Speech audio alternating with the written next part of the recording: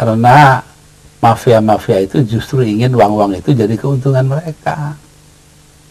Kan ada polisinya. Ya polisinya juga kena dibeli.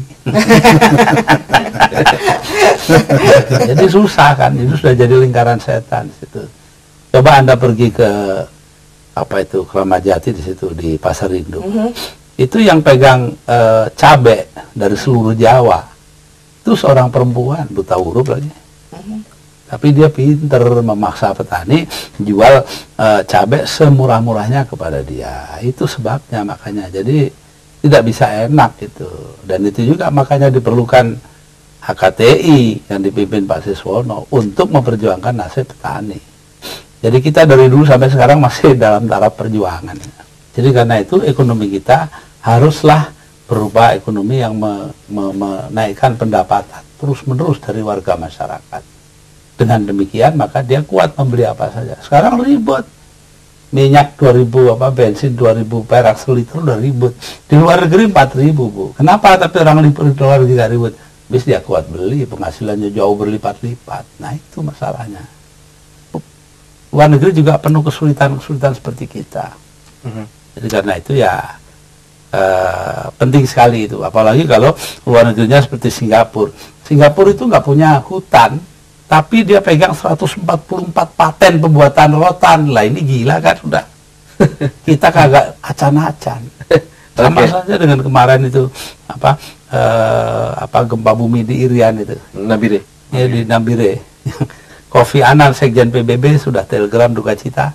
Kita masih tenang-tenang aja. Oke. Sebuah ironi mungkin.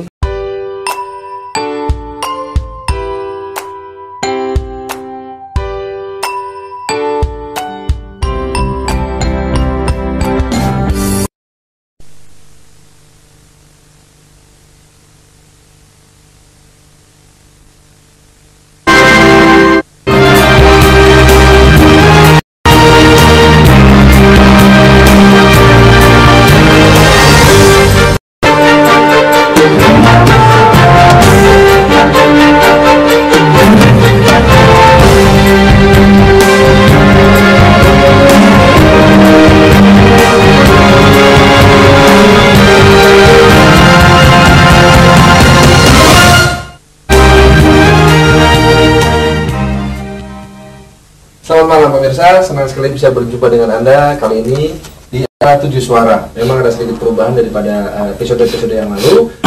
Minggu ini kami hadir khusus pukul 8 malam ya. Dan kita akan bersama-sama sampai 60 menit ke depan. Baiklah, dalam acara ini Anda telah mengetahui bahwa kita akan berjumpa dengan mereka yang tentu saja berkepentingan dengan pemilu. Namun, kalau kita tarik lagi garisnya, sebetulnya tidak hanya para politikus yang berkepentingan dalam tanda kutip dengan pemilu. Kita pun sebagai warga negara Indonesia yang memiliki hak untuk memilih juga berkepentingan sangat besar terhadap pemilu itu.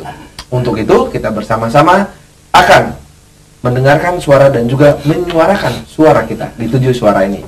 Dan pada kesempatan sekarang telah hadir di panel sebelah kiri saya yang diisi oleh para politikus handal Indonesia, dan tentu saja kita harapkan bisa menjadi para pemimpin Indonesia di masa depan yang membawa kita keluar dari krisis ini. Amin. Yang pertama ada Bapak Siswono Yudo Husodo. Selamat malam, Pak. Selamat malam. Benar-benar kita kenal sebagai tokoh pengusaha, pernah sebagai tokoh masyarakat tani Indonesia sampai sekarang, pernah juga menjabat sebagai salah seorang menteri, dan sekarang tentunya dikenal luas di masyarakat sebagai seorang tokoh yang dijauhkan menjadi calon presiden oleh Partai Syarikat Indonesia. Senang sekali Bapak bisa bergabung di sini. Dan di sebelah beliau adalah saya tidak perlu berkata panjang-panjang ya, karena beliau pernah jadi pemimpin kita, dan sampai sekarang pun saya sangat menghormati beliau sebagai salah seorang pemimpin kita, Kiai Haji Abdul Rahman Wahid, atau akrab dengan panggilan Gus Dur, yang mana beliau ini jabatan terakhirnya adalah Ketua Umum Dewan Syuro DPP Partai Kebangkitan Bangsa. Selamat malam, Assalamualaikum. Selamat malam. Ya, baiklah. Kita akan mendengarkan sama-sama visi dan misi dari kedua tokoh tersebut. Dan di panel sebelah kanan saya telah hadir Bang Rikat Bangun. Apa kabar, Bang? Baik, Bung Farhan. Sekarang shiftnya Bang Rikat untuk memberikan pertanyaan-pertanyaan yang menukik tajam kepada kedua tokoh kita ini. Mudah-mudahan Bisa. Dan kalau dilihat di sebelahnya, ini bukan Uges yang tiba-tiba menciut. Biasanya Uges yang hadir ya. Kali ini ada Syahnasa. Apa kabar, Nas? Baik, baik. Salah seorang sahabat saya yang sejak dia kuliah ya, itu punya concern yang sangat tinggi terhadap isu-isu sosial. Iya. Walaupun sampai sekarang katanya dia mengaku belum bisa menentukan sikap mau milih siapa dan milih apa di pemilu nanti ya. Oke, Syahnasa, terima kasih hadir bersama kita. Sama-sama. Dan di ujung kanan, panel ujung kanan ini adalah teman-teman kita atau rekan-rekan kita dari pendukung partai istilahnya. Kita akan lihat nanti, mudah-mudahan kita punya kesempatan untuk bisa mendengarkan suara dari rekan-rekan kita ini. Baiklah, dan sekarang saatnya saya akan mengajak Anda untuk menemui rekan saya, Rone Woboruntu, yang sekarang sedang ada di wilayah Ciganjur, Jakarta Selatan, untuk bisa memperdengarkan apa yang ingin diangkat dan dibahas oleh warga masyarakat di sana. Baik, kita langsung temui saja Rone. Ya, selamat malam, Farhan. Nah, sekarang ini Rone paling enak ya, setiap acara 7 suara itu pasti nongkrongnya di warung, banyak tukang jajanan. Bener banget. Iya, oke. Gimana keadaan di sana? Langsung kita dengar saja suara warga masyarakat di sana. Silahkan. Ya, Farhan, saat ini saya berada di daerah Ciganjur. Dan sekarang saya akan menanyakan kepada dua warga setempat tentang apa sih masalah yang tengah menjadi pusat perhatian mereka saat ini. Selamat malam, Bapak. Siapa namanya, Pak? Pak Haris Suliono. Pak Haris, saat ini apa sih, Pak, masalah di tengah masyarakat yang menjadi pusat perhatian Bapak? Ini jadi negara kita kan banyak sawah ladang, juga banyak pertanian. Kenapa kok barang-barang beras-beras masih ada impor gitu kan? Sementara kita kan bisa membudidayakan petani-petani yang ada. Juga orang bilang juga katanya negara kita negara yang kayu ditanam aja sudah bisa tumbuh. Nah, itu dah permasalahan saya. Itu ya, Pak ya. Kalau Bapak apa nih, Pak? Siapa namanya? Nama saya Gunawan. Yang jadi masalah ini saat ini peternak kita ya. Peternak kita tuh saat ini pada cemas semua. Nah, terus gimana tuh masalah flu burung gitu kan, yang baru-baru ini dilontarkan oleh kecemasan warga. Nah, sampai saat ini juga belum ada penyelesaiannya. Saya rasa itu aja. Oke, makasih ya, Pak ya. Ya, Farhan, itulah suara rakyat daerah Ciganjur yang merasakan mahalnya masalah pangan saat ini. Kita kembali ke studio saat ini. Terima kasih, Rona. Ya, walaupun di Ciganjur tapi bukan berarti itu tetangganya Gus Dur ya. Enggak lah, kebetulan saja kita ada di sini.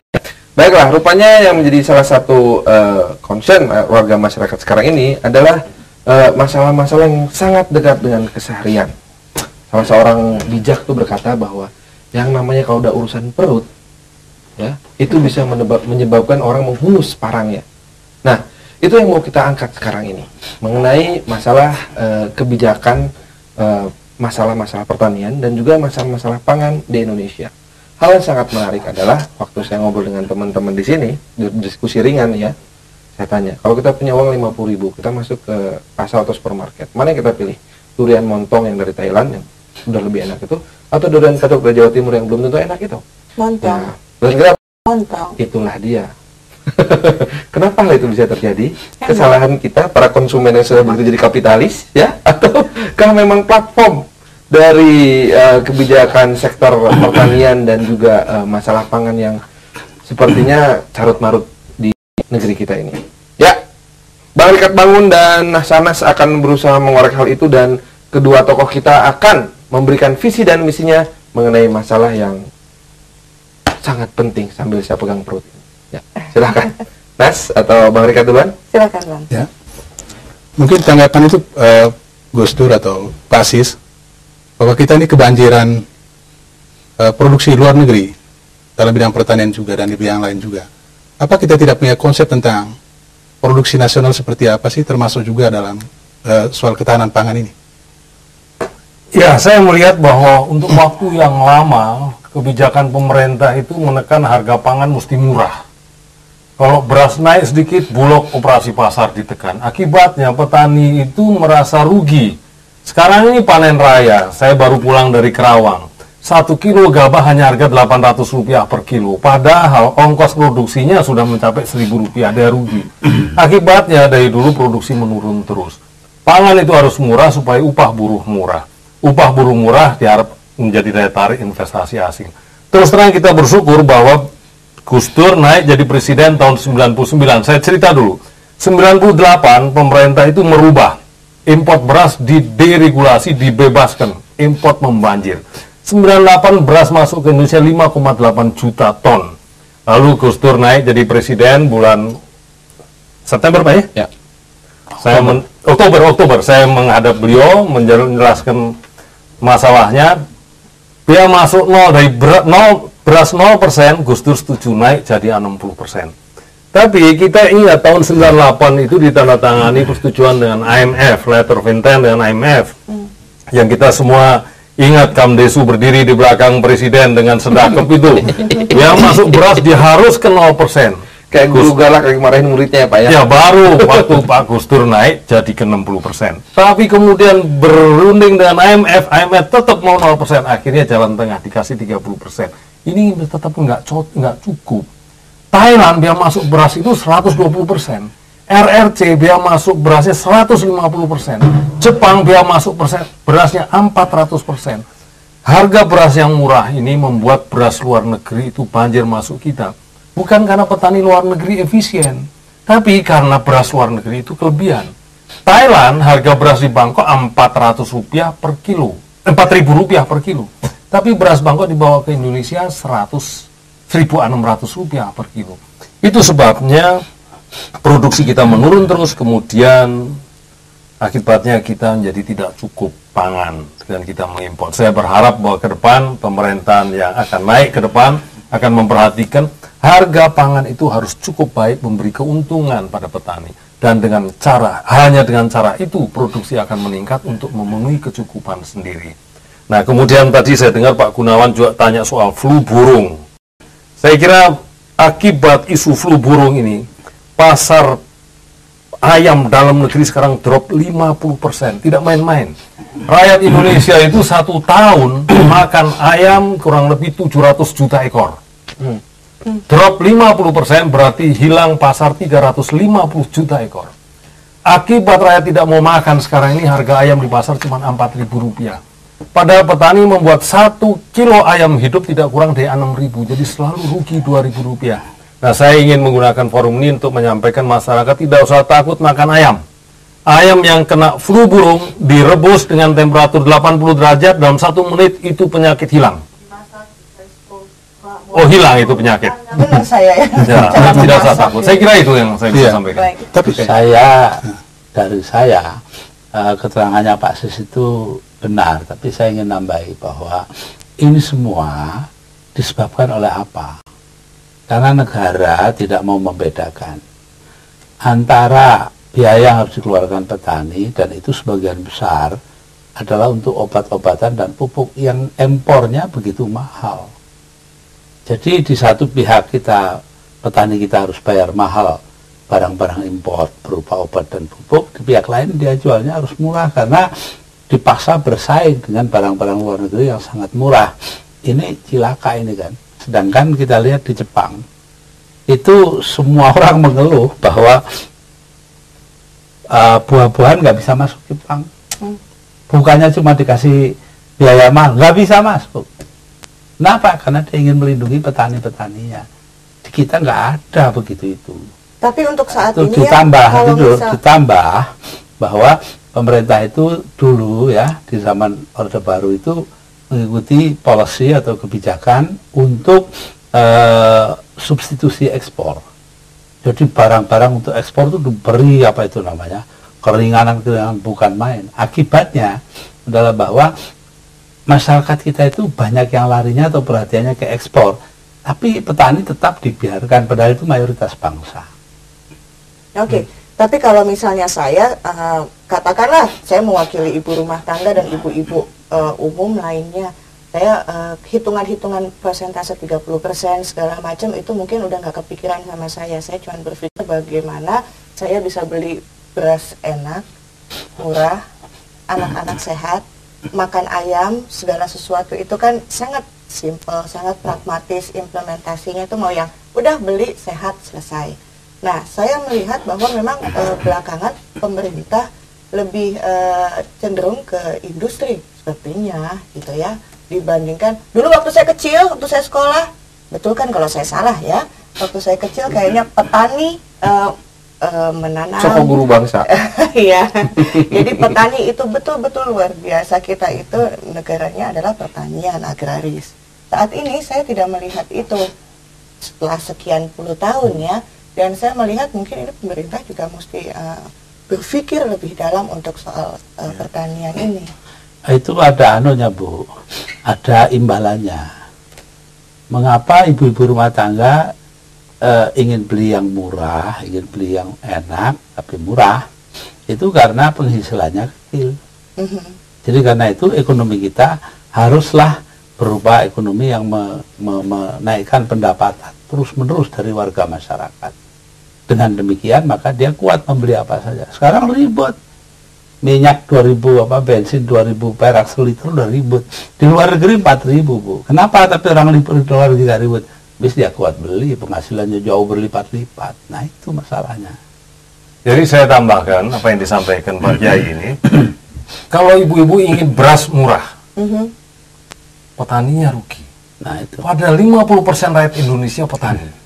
Saya melihat kalau petani dapat harga yang bagus, dia punya penghasilan baik, petani bisa membelikan baju anaknya, sepatu anaknya, sepeda anaknya, ekonomi industri juga berkembang, ibu-ibu penghasilannya naik, beras yang tadinya naik itu tidak ada apa-apanya. Sebab sebagai perbandingan 10 tahun yang lalu 1 kilo gabah kering panen bisa dipakai untuk beli 2 kilo pupuk urea. Hari ini 1 kilo pupuk urea harus dibayar 1,5 kilo gabah kering panen. 10 tahun yang lalu 1 kilo beras bisa untuk beli 2 bungkus rokok gudang garam. Hari ini 1 bungkus rokok gudang garam harus dibayar 2 kilo beras. Menurut saya tidak fair. Petani terlalu dirugikan oleh kebijakan yang menurut hemat saya tidak tepat. Iya, basis ini kan sudah masalah klasik lah. Iya, ya. Dan setiap katakanlah tokoh dan pengamat juga bicara yang sama. Tapi dari waktu ke waktu juga realitas di lapangan daya beli petani makin kecil, kemudian juga karena mereka produsen tapi juga sekaligus konsumen, dan mereka dari hari ke hari juga dieksploitasi sebetulnya. Ketika mereka mau menanam, tiba-tiba pupuk ditahan, lalu kepanikan terjadi. Dan waktu itu baru pemimpin bicara tentang petani. Ini kenapa sebetulnya? What's wrong dengan ini, situasi kita sebetulnya? Seperti sekarang ini tidak ada, bahwa ini darurat, flu burung misalnya. Biasa saja, paling-paling, ya kita harus hadapi, gitu. Tidak berbahaya misalnya. Sementara seperti angka-angka itu 50% orang tidak mau makan, dengan kapitalisasi saya kira sudah triliun itu. Oh ya. Tapi tidak ada satu yang resah gitu. Ya bukan nggak ada resah, karena orang tahu resah juga nggak ada gunanya. Itu beda loh. Ini warisan dari zaman dulu, yaitu bahwa orang itu mau resah, pikir-pikir nggak ada gunanya, atau dibiarkan saja pada budak gitu. Oke, komentar Pak Asi sendiri? Ya, saya kira petani itu mayoritas rakyat Indonesia, tapi masyarakat yang paling nerimo. Karena hidupnya yang tergantung pada alam, mulai nanam, menunggu hujan turun. Ya, hidup betul-betul berdasarkan alam. Akibatnya apa? Saya menemukan di banyak tempat begitu banyak petani yang sangat bahagia dalam kemiskinannya. Mereka betul-betul pasrah. Dan kelompok yang seperti ini, di dalam sistem politik kita justru tidak diperhatikan. Semua agama mengajarkan kita untuk memperhatikan orang yang lemah dan orang yang pasrah. Tapi dalam politik, orang lemah didiamkan, walaupun jumlahnya banyak. Jadi menurut hemat saya ke depan ini petani jangan pilih partai yang tidak membela petani, itu aja. Jadi sekarang petani mesti menunjukkan dirinya jangan terlalu pasrah dan kampanye terselubung ini. Baiklah, memang kalau kita bincang-bincang di 7 Suara ini, kita tidak hanya belajar untuk menyuarakan suara kita, tapi juga kita belajar untuk mendengar suara orang lain. Mungkin nanti pun pada sesi atau segmen setelah jeda pariwara, kita akan mendengarkan sebetulnya dalam ilmu ekonomi ada yang dikenal dengan istilah lingkaran setan atau lingkaran kemiskinan yang tidak berhenti-berhenti. Apa langkah yang akan diambil oleh kedua tokoh ini apabila menjadi pemimpin bangsa kita untuk memutuskan lingkaran itu? Nomor satu, naikkan dulu pendapatan seluruh bangsa kita. Ini crash program. Sebab kalau nggak naik percuma. Percuma dia nggak bisa beli apa-apa. Ya. Jadi karena itu nomor satu. Lah bagaimana caranya? Ya bermacam-macam cara. Saya nggak bisa ceritakan semua di sini ya. Oke. Umpamanya pemberantasan penyelundupan, ya. Itu semua ada kaitannya dengan masalah itu. Ya, terima kasih Gus Dur. Ya. Dan bagaimanapun juga, tentu kita akan ingin mendengar lebih dalam lagi apabila kita telah mendengarkan jeda pariwara berikut ini, dan juga perlu kami sampaikan Anda yang ingin mengikuti menyuarakan suara Anda bisa mengirimkannya melalui SMS ke nomor kita yaitu 3977, dan Anda juga bisa mengikuti pollingnya. Sampai saat ini polling masih seimbang, dan juga tentu saja salah satu hal ini sebuah kebetulan ya, bahwa memang kebetulan besok itu pada tanggal 11 Februari akan diadakan sebuah Kongres Masyarakat Pangan Pertanian Indonesia 2004 yang diselenggarakan oleh HKT dan Institut Pertanian Bogor. Nah, barangkali apa yang kita bicarakan malam hari ini juga bisa menjadi salah satu inspirasi untuk perbincangan yang sangat krusial besok ini. Baiklah, jangan kemana-mana, setelah jeda pariwara berikut ini, 7 Suara akan kembali.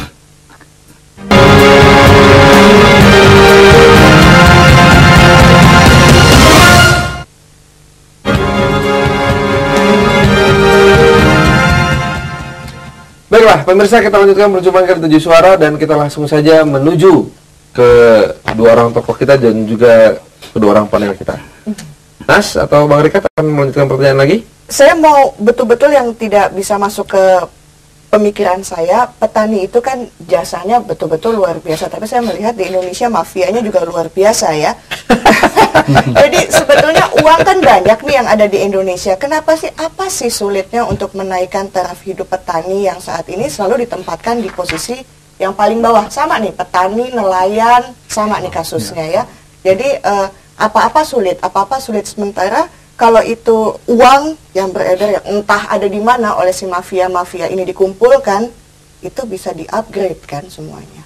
Karena mafia-mafia itu justru ingin uang-uang itu jadi keuntungan mereka. Kan ada polisinya. Ya polisinya juga kena dibeli. Jadi susah kan, itu sudah jadi lingkaran setan situ. Coba Anda pergi ke Kramat Jati di situ di Pasar Induk. Itu yang pegang cabe dari seluruh Jawa itu seorang perempuan buta huruf lagi. Tapi dia pinter memaksa petani jual cabe semurah-murahnya kepada dia. Itu sebabnya makanya. Jadi tidak bisa enak itu. Dan itu juga makanya diperlukan HKTI yang dipimpin Pak Siswono untuk memperjuangkan nasib petani. Jadi kita dari dulu sampai sekarang masih dalam taraf perjuangan. Nggak bisa nih Pak Sis pemerintah. Oh begini ya, saya ingat waktu saya kecil, waktu Gus Dur kecil di desa itu petani kalau panen itu gabah disimpan di lumbung di desa. Petani secukupnya dia ambil pakai tutu, pakai lesung, dia bikin beras, dia jual beras ke kota. Ini artinya apa? Nilai tambah dari gabah menjadi beras ada di petani. Betul. Sejak revolusi hijau dibangun penggilingan beras makin besar, petani tinggal jual gabah. Apa artinya? Nilai tambah dari gabah ke beras tidak ada di petani. Betul. Dulu pemerintah mengharap melalui KUD akan jadi unit ekonominya petani, punya penggilingan beras. Tapi kita semua tahu, koperasi menghabiskan dana begitu besar, memiliki departemen yang begitu besar, menghabiskan triliunan rupiah. Sekarang KUD tidak menjadi unit usahanya petani. Jadi menurut hemat saya ke depan, ketua untung duluan. Ya, itu beliau singkatannya KUD, ketua untung duluan. Jadi menurut hemat saya ke depan ini, kita perlu mengembalikan desa-desa menjadi unit ekonomi, penghasil hasil akhir. Kalau desa penghasil cabai, harga cabai bisa naik turun, tapi cabai botol naik terus. Tomat bisa naik 1 kilo 2.000, bisa turun 1 kilo cuma 150, tapi tomat botol naik. Jadi kebijakan ke depan saya kira perlu membangun desa-desa menjadi unit produksi bahan akhir seperti di Taiwan. Kalau Anda ke Taiwan, Anda masuk ke restoran minta tomato kecap atau cabai botol, mereknya tidak dikenal karena itu hasil dari desa di sekitar kota. Tapi kalau Anda ke Amerika minta kecap atau minta tomato botol yang keluar merek dunia, Libby's, Del Monte, kita perlu meniru Taiwan, membangun industri pertanian di desa, meningkatkan kesejahteraan desa. Saya kira itu salah satu solusi agar nilai tambah produksi itu ada di desa. Saya pernah ditanya di depan Pak Bustanil Arifin waktu jadi Menteri Muda Koperasi, apa tandanya koperasi itu sudah cukup mantap untuk berdiri sendiri? Jawabnya simpel, saya bilang. Untuk itu saya dimarahin oleh oleh Pak Bustanil Arifin. Ya, apa tandanya? Kalau koperasi sudah tidak perlu departemen koperasi lagi. Tapi gini, mungkin kalau dilihat dari platform pembangunan ekonomi ya, sebetulnya kita akan lebih mengedepankan pembangunan sektor industri atau sektor pertanian yang kita naikkan. Saya melihat ya, di seluruh dunia, negara-negara agraris yang mimpi membangun industri maju, apalagi berteknologi sangat tinggi, umumnya gagal. Kita di waktu yang lalu riset, kita berpikir mengenai roket, pesawat terbang. Itu berketan. Thailand berpikir pepaya Bangkok, mangga Bangkok, durian Bangkok. Negara-negara agraris yang meningkat menjadi negara industri berbasis pertanian, umumnya kemudian menjadi negara maju. Kita lihat New Zealand, negara yang penduduknya 2,8 juta, dombanya 80 juta ekor. Dia mengembangkan industri wool, kemudian keju, juga yogurt. Akhirnya sekarang jadi negara maju. Australia, dia penduduknya 18 juta, sapinya 45 juta ekor. Dia mengembangkan kulit yang bagus, diekspor kemana-mana. Juga susu, juga keju, sekarang juga menjadi negara industri. Jadi saya melihat bahwa bagi Indonesia ke depan ini, penekanan industrialisasi yang berbasis pada pertanian menurut saya sangat diperlukan. Saya baru membaca buku judulnya World in Figures. Sungguh mengagetkan. Indonesia penghasil coklat nomor 3 terbesar dunia, penghasil minyak kelapa sawit terbesar nomor 2 dunia, penghasil teh nomor 6 dunia, kita penghasil karet nomor 2 dunia, kita penghasil tembaga nomor 2 dunia, kita penghasil timah nomor 2 dunia, kita penghasil gas nomor 6 dunia, kita penghasil minyak nomor 9 dunia. Tapi rakyatnya miskin. Mesti ada yang salah dalam pengaturan ini. Negara korup terbesar di dunia. Nah, itu juga yang menjadi penyebab. Iya, nomor 1. Betul. Jadi saya optimis kalau dengan penanganan yang baik, pemerintahan ke depan yang amanah, waktu tidak perlu panjang untuk membangun kesejahteraan di negara kita. Ada satu hal yang tak boleh dilupakan, yaitu bahwa tugas pemerintah adalah mendukung sektor-sektor produksi yang produktif seperti itu para petani. Bukannya substitusi ekspor di mana ada dibuat begitu rupa sehingga akhirnya kredit-kredit diberikan kepada perusahaan-perusahaan besar, konglomerat hitam untuk dicucurkan ke bawah kepada industri usaha kecil dan menengah yang kebanyakan petani di situ. Akhirnya apa yang terjadi? Kreditnya tidak ngucur, berhenti di konglomerat hitam. Udah gitu sekarang dikasih free and discharge lagi. Oke, tapi mungkin satu hal lagi kali yang agak ganggu ya. Ini kalau misalnya kita konsentrasi pada pertanian aja, bagaimana dengan para investor, Pak? Suruh kabur aja nih? Oh enggak dong, enggak. Investor dunia di bidang industri pangan dan di industri yang berbasis pada bahan baku kita luar biasa besarnya. Kita jangan menjual tembaga dalam bentuk tembaga mentah. Kita jangan menjual CPO kita dalam bentuk CPO. CPO itu downstream industrinya mulai dari mentega, sabun, luar biasa. Kita sekarang menjual coklat. Ekspor coklat kita 1 ton 650 juta US dollar ke Eropa. Eropa menghasilkan coklat seperti bubuk coklat yang kita impor dari Eropa. Kita mestinya mendorong industri-industri besar luar negeri membangun di sini. Kita mengekspor barang jadinya. Wah, itu nilai tambahnya akan meningkat betul. Apalagi begini Pak Sis, yang dikatakan industri itu apa? Itu dulu industri besar ya kita sudah jelas gagal, nggak mungkin bersaing dengan orang. Karena itu investasi kemari jangan didorong yang besar-besar, justru investasi UKM, usaha kecil dan menengah. Jadi di sini nomor satunya Korea Selatan. Korea Selatan itu dari sudut penanaman modal nomor 8. Tetapi dari sudut diversifikasi penanaman modal nomor 1. Lainnya kalah. Mengapa? Karena dia taruh di barang-barang kecil-kecil semua. Jadi istilahnya UKM itu tadi mereka taruh investasi situ. Karenanya sekarang ini pun saya pergi ke Jepang baru-baru ini ke kota Sakai dekat Osaka, maka di sana saya ketemu dengan para investor. Saya minta kepada mereka membuat drive untuk ekspor ke Indonesia yang berasal dari UKM, sehingga di sininya pun investasi UKM. Namun semua orang mengeluh, baik itu industri besar maupun industri kecil, ya, siapapun mau investasi, bagaimana mau investasi di Indonesia kalau tidak ada kepastian hukum? Legal certainty ini nomor satu. Nah, pemerintah masih ribut soal tidak adanya keamanan. Semua orang tahu bahwa yang nggak aman itu cuma 1-2 daerah. Ya Poso, ya Ambon, ya Aceh, ya mungkin juga sedikit-sedikit di Papua. Tapi yang lainnya aman. Cuma mereka nggak mau taruh sini karena tidak ada legal certainty, pastian hukum itu. Oke, baiklah. Memang bicara soal kesejahteraan ini kadang-kadang jadi satu hal yang sangat penting ya, karena seperti saya bilang tadi, kalau kita bicara masalah pertanian pangan nggak jauh-jauh dari urusan ada dalam perut ini, ya kan? Seru juga nanti kalau kita bisa mendengarkan apa pandangan kedua tokoh ini tentang perlukah kita bulog? Nanti saja ya, setelah jeda pariwara berikut ini. Sementara Anda bisa juga melihat bagaimana hasil polling kita, dan untuk Anda yang telah mengikuti polling akan kita undi di akhir acara untuk masing-masing 2 orang pemenang, masing-masing mendapatkan Rp250.000. Tetap bersama 7 Suara setelah jeda pariwara berikut ini.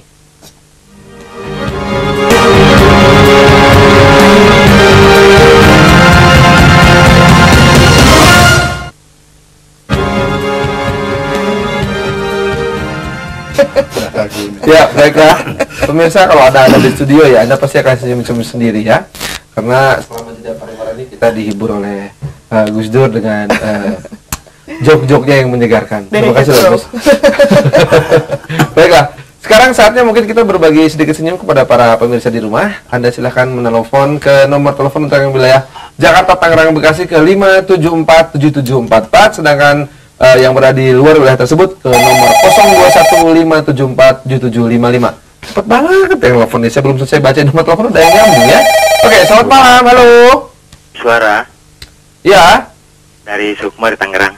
Oke, Sukma di Tangerang. Langsung, pertanyaan pertama adalah, sampai tahun 2004 nanti, ya, di pemilu 2004 kita sudah berapa kali pemilu di Indonesia? Sampai dengan 2004 nanti ya? Ya, coba hitung. Sebentar ya. Boleh. Waktunya lama nggak, Mas Suara? Lama, kalaupun 2 hari buat kamu aja, Sukma. Sebentar ya. Silahkan. Sukma langsung buka-buka semua ensiklopedi, semua buku termasuk 30 tahun Indonesia Merdeka ya, ensiklopedia Indonesia, semua dibuka, ayo cepat. Ya, sebentar. Sukma? Ya, sebentar. Ayo sekarang, udah waktunya habis. 1, 2, 3, jawab. Berapa kali? 10. Hah? 10 kali. Saya bantu deh ya, saya bantu ya. Optionnya. Nih, A 9 kali, B 6 kali. 9. Hah? 9. Yakin? Yakin. Coba saya tanya kepada kedua tokoh ini. Bapak-bapak ada yang tahu Pak, 9 apa 6 kali Pak? 6. Sampai 2004. 9 ya Pak ya? Anda pilih 9 ya? Ya. Betul sekali, Anda mendapatkan Rp250.000. Kok bisa 6 tadi Yang jawabannya? lain kan nggak saya hitung. Kata Gus Dur 6, padahal kan nggak dihitung katanya.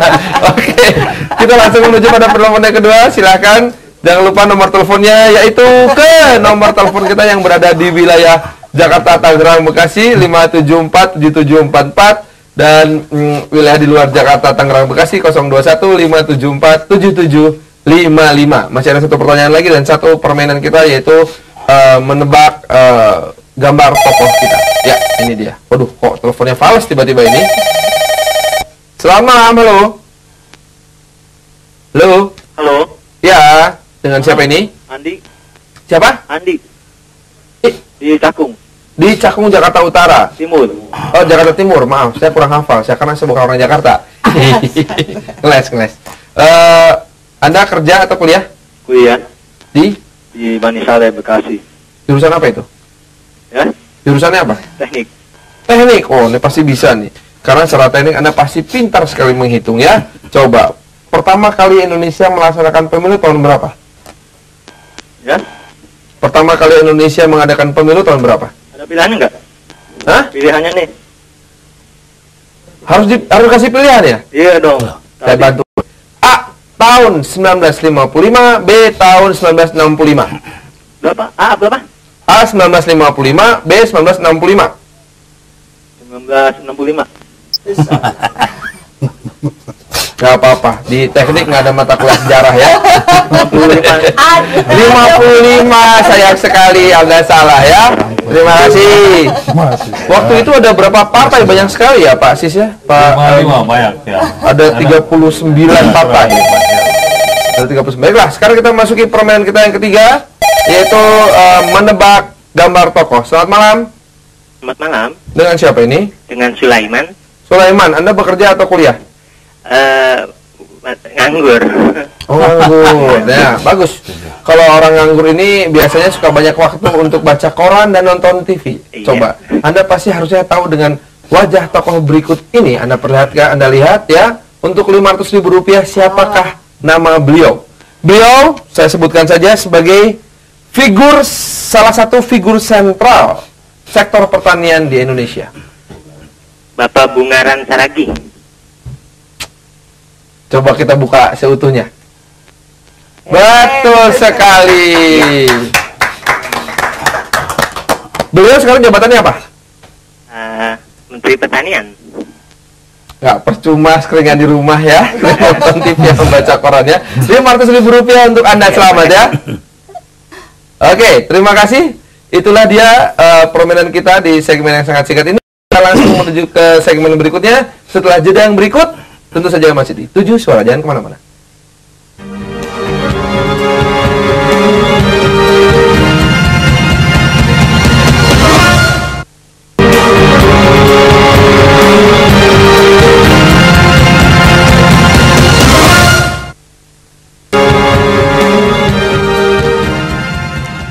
Baiklah pemirsa, kita telah kembali di 7 Suara dan sebelum kita menghubungi Rone Waworuntu yang sekarang sedang berada di Ciganjur, mungkin ada satu pertanyaan tadi yang sempat kita diskusikan pada saat jeda pariwara tentang keberadaan Bulog. Ini menarik sekali ya, Bang Rekat maupun Sanas.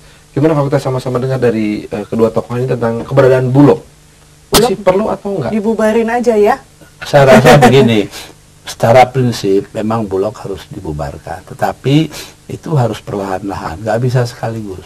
Sebab akibatnya nanti juga parahnya ke petani lagi, gitu. Jadi karena itu harus hati-hati di sini. Dan yang kedua, urusan Bulog itu bukannya dengan barang-barang jadi, tapi atau seperti padi disimpan dan lain, tapi juga dengan harus dikaitkan atau harus terlibat dengan pembentukan modal di antara para petani. Ada sebuah buku yaitu Mystery of Capital dari Hernando de Soto yang menyebutkan bahwa dua hal. Hukum waris Islam itu membuat tanah terkeping-keping begitu turun-temurun. Akhirnya sekarang seorang petani hanya punya, kalau di Jawa, 0,3 hektar rata-rata. Dan yang kedua, itu bahwa apa itu namanya aset-aset yang ada seperti tanah dan sebagainya tidak dapat diwujudkan menjadi kapital, menjadi liquid. Nah ini penting, karena itu masalah ini harus kita beri prioritas utama, yaitu dalam pikiran saya harus dibedakan antara pemilikan dan pengelolaan. Jadi konsep ketahanan pangan itu sebetulnya lari ke sana. 100 hektar tanah itu dikelola oleh sebuah perusahaan. Nah perusahaan ini manajemennya profesional. Nah, petani-petani itu punya tanah sedikit-sedikit tapi miliknya gitu loh. Ya. Nah, jadi ini yang sebetulnya jadi kunci. Oke, terima kasih. Kita akan mendengarkan juga bagaimana pendapat dari Pak Sis, namun sebelumnya saya akan menghubungi dulu rekan kita, Rone Waworuntu, yang sekarang langsung masih berada di Ciganjur. Rona, bagaimana di sana? Ya, selamat malam Farhan. Saat ini sudah ada 2 warga setempat yang akan mengajukan pertanyaan kepada tokoh parpol yang berada di studio. Ya, silakan. Ya, kita langsung saja ya. Baik. Selamat malam Ibu. Langsung Bu pertanyaannya Bu. Ibu Jani. Saya Ibu Jani di Ciganjur, Jalan Gang Asli. Saya mau nanya, kalau udah zaman informasi kok masih apa-apa masih pada mahal, pada susah, kesian orang pada kagak ada punya.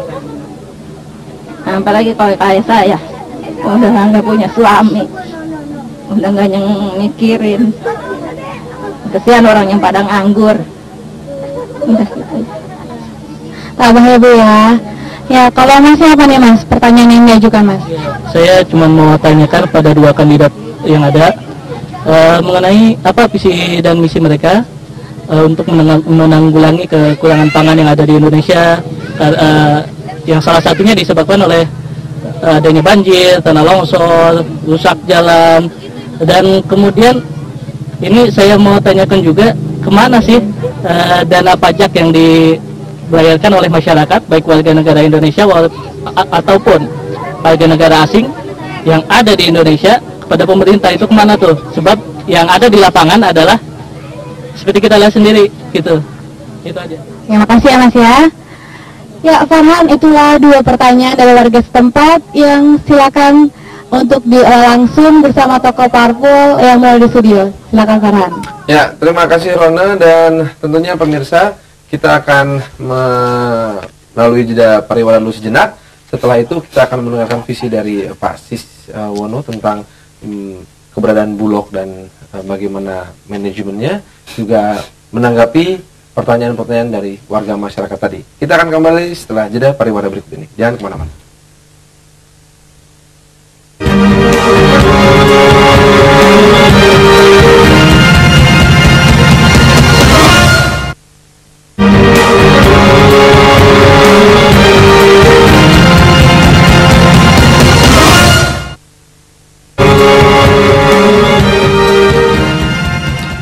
Pemirsa, terima kasih masih bersama kami di 7 Suara, dan kita langsung saja sekarang simak apa yang akan disampaikan oleh Pak Sis. Silakan Pak Sis. Saudara Farhan, saya melihat Bulog itu sebagai suatu lembaga pengaman pangan diperlukan di Indonesia ini. Pada banyak negara di dunia ini memiliki institusi seperti itu. Yang harus dijaga, Bulog itu jangan dagang. Sekarang ini Bulog import beras sampai di sini harganya 1.600. Dia masuknya 420, berarti pokoknya 2020, dijualnya 2.600. Status Bulog jadi perum juga jadi bikin bingung, sebab perum itu juga harus cari untung. Ya. Sedangkan kita perlu institusi seperti ini untuk mengamankan pangan, tidak hanya beras tetapi juga jagung dan kedelai. Dan saya lihat tugas Bulog yang utama itu membeli beras dari petani pada waktu panen, lalu menyimpannya dan membagikannya, menjualnya sedikit demi sedikit di waktu paceklik, pada waktu kemarau. Itu menurut hemat saya. Kedua, tadi saya mendengarkan pertama dari Ibu Dani, saya bersimpati pada Ibu yang dengan terharu menyatakan sudah menjadi janda. Saya betul-betul bersimpati pada kesulitan yang Ibu hadapi, dan salah satu masalah terbesar di Indonesia sekarang ini memang masalah pengangguran. Dan saya melihat tolok ukur keberhasilan semua negara di muka bumi inilah berapa besar suatu negara membuat kebijakan yang bisa mengurangi pengangguran. Dan sebenarnya bagi Indonesia peluang untuk itu besar sekali untuk menyedot pengangguran ini dengan memanfaatkan pasar dalam negeri ini untuk membangun perekonomian kita. Kita sekarang rata-rata mengimpor beras 1 tahun 2 juta ton. Kalau itu tidak kita impor, tapi dengan meningkatkan produksi beras, itu menyediakan lapangan kerja paling tidak untuk 200.000 orang. Setiap tahun kita mengimpor jagung 1,3 juta ton. Kalau itu tidak kita impor, tetapi kita produksi dalam negeri, dia menyediakan paling tidak 100.000 tenaga kerja. Setiap tahun kita mengimpor garam tidak kurang dari 1 juta ton. Kalau kita produksi garam itu di NTT, di kawasan timur yang kering, dia menyediakan lapangan kerja paling tidak 150.000. Kita mengimpor semua merek mobil yang ada di dunia ini. Kalau itu kita lakukan dengan membuat industri mobil dalam negeri juga menciptakan lapangan kerja. Jadi apa yang disampaikan Ibu Dani, saya bersimpati, dan ke depan siapapun yang menjadi pemerintahan, saya melihat perhatian pada penciptaan lapangan kerja merupakan salah satu unsur yang paling penting. Kedua, saudara pemuda tadi itu mengenai kekurangan pangan. Saya melihat bahwa dalam 10 tahun terakhir, ambillah beras, produksi beras kita setiap tahun naik 0,2%, suatu prestasi. Tapi penduduk kita tambah 1,6%. Tambahnya penduduk lebih besar dari naiknya produksi beras, akhirnya impornya makin besar. Oleh karena itu ke depan kita perlu membuka area-area pertanian baru di kawasan yang luas, di Sumatera, di Kalimantan, di Papua.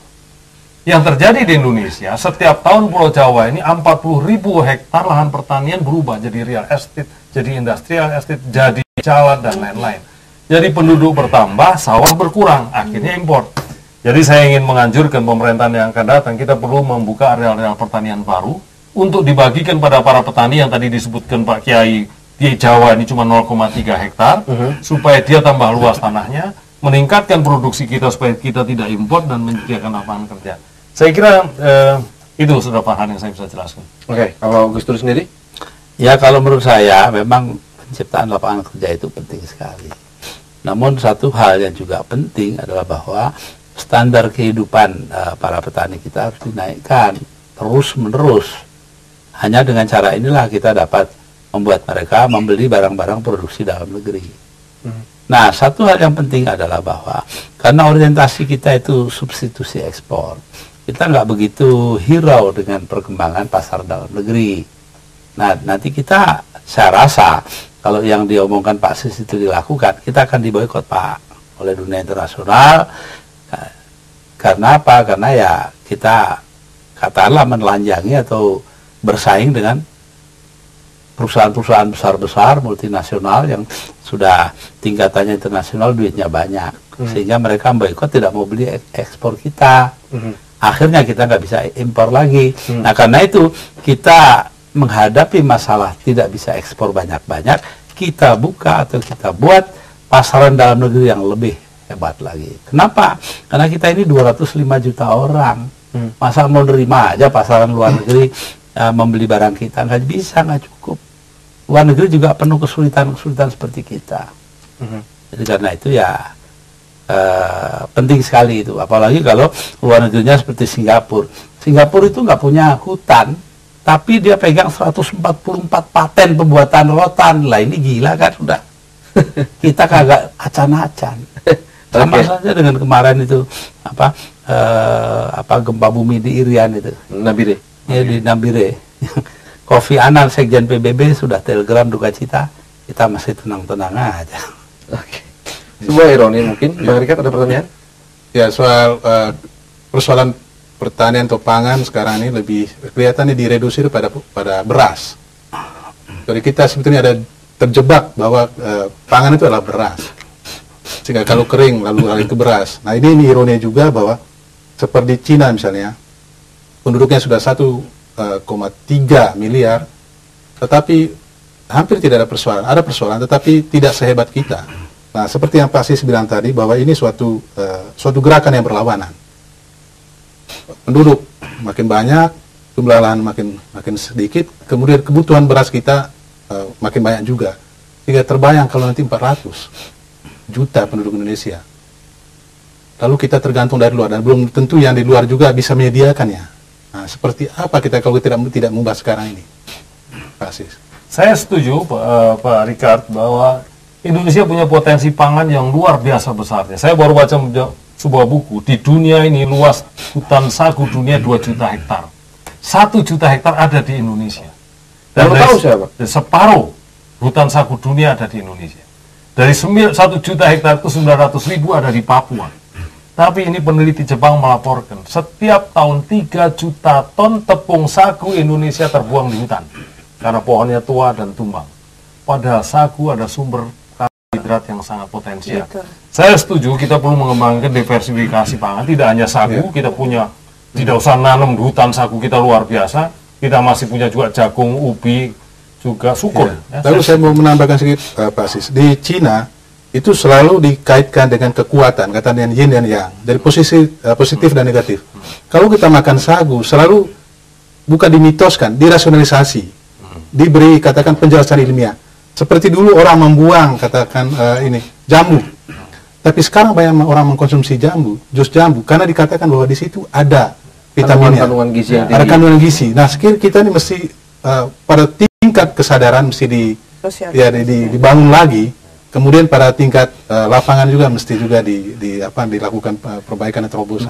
Mungkin akan jadi komentar terakhir dari Gus Dur tentang hal itu. Ada komentar? Masalahnya adalah bahwa yang salah juga banyak juga kita sendiri.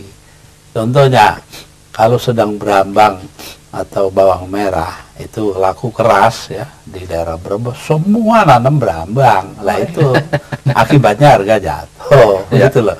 Jadi mau ada diversifikasi, tapi diversifikasi itu tidak dapat dijalankan karena sebab-sebab seperti itu. Karenanya pemerintah itu harus dengan sengaja membuat kebijakan diversifikasi pangan.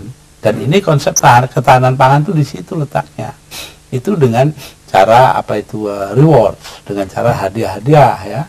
Jadi yang nanam ini itu dapat hadiah begini, kalau jadi begitu. Jangan dibiarkan saja apa katanya pasar. Kalau katanya pasar tadi itu semua berebut, para petani kita akhirnya hancur semua. Atau nanam bawang semua nanam bawang ya. Iya. Baiklah. Nah, merupakan sebuah pekerjaan rumah yang sangat besar, tidak hanya bagi para pemimpin bangsa kita, tapi juga mungkin kita sebagai bangsa Indonesia menangani atau menghadapi permasalahan pangan dan juga kaitannya sangat erat dengan masalah pertanian di Indonesia ini, baik dalam skala yang sangat mikro maupun skala ekonomi makro. Nah, namun bagaimanapun juga sejalan dengan apa yang akan kita hadapi besok, salah satunya adalah Kongres Masyarakat Tani dan juga Pangan Indonesia tahun 2004, di mana di situ ada HKTI, IPB dan juga 50 organisasi atau asosiasi profesi yang berkaitan dengan masalah tani dan pangan. Mudah-mudahan kongres ini bisa menghasilkan sesuatu yang paling tidak bisa menjadi titik terang dalam menghadapi permasalahan pertanian dan pangan di Indonesia ini. Baiklah, sebelum saya tutup acara ini, kita akan lihat dulu hasil polling. Anda bisa lihat sendiri hasil pollingnya. Dan sekarang saatnya kita akan mengundi 2 orang pengirim SMS yang beruntung untuk mendapatkan hadiah Rp250.000. Inilah hadiah undiannya, dan komputer tolong berhenti, stop. Iya, ini dia pemenangnya, 0813-2579 sekian dan 08567579 sekian. Selamat untuk Anda yang telah mendapatkan uang Rp250.000. Tentu saja ingin mengucapkan terima kasih dan penghargaan setinggi-tingginya kepada panel kedua tokoh kita, Pak Sis dan Gus Dur. Terima kasih. Dan mudah-mudahan kita bisa berjuang bersama-sama sampai sukses semuanya. Dan juga Bang Rikat, Nas, terima kasih sekali. Salam buat si kecil, salam buat drummer. Oke. Dan juga para hadirin yang telah hadir di sini, terima kasih sekali atas kehadiran Anda. Dan tentu saja terima kasih kepada Anda, para pemirsa di rumah yang rela meluangkan waktu selama 60 menit bersama kami. Mudah-mudahan apa yang telah kita sampaikan di sini tidak hanya menjadi seperti sagu-sagu yang 3 juta ton per tahun terbuang hanya karena tidak berguna itu ya Pak ya, tapi paling tidak bisa menjadi sepiring sagu untuk mereka yang ingin meningkatkan kadar karbohidrat dalam tubuhnya. Kita akan berjumpa lagi di depan, tentu saja hanya di 7 Suara. Sampai jumpa.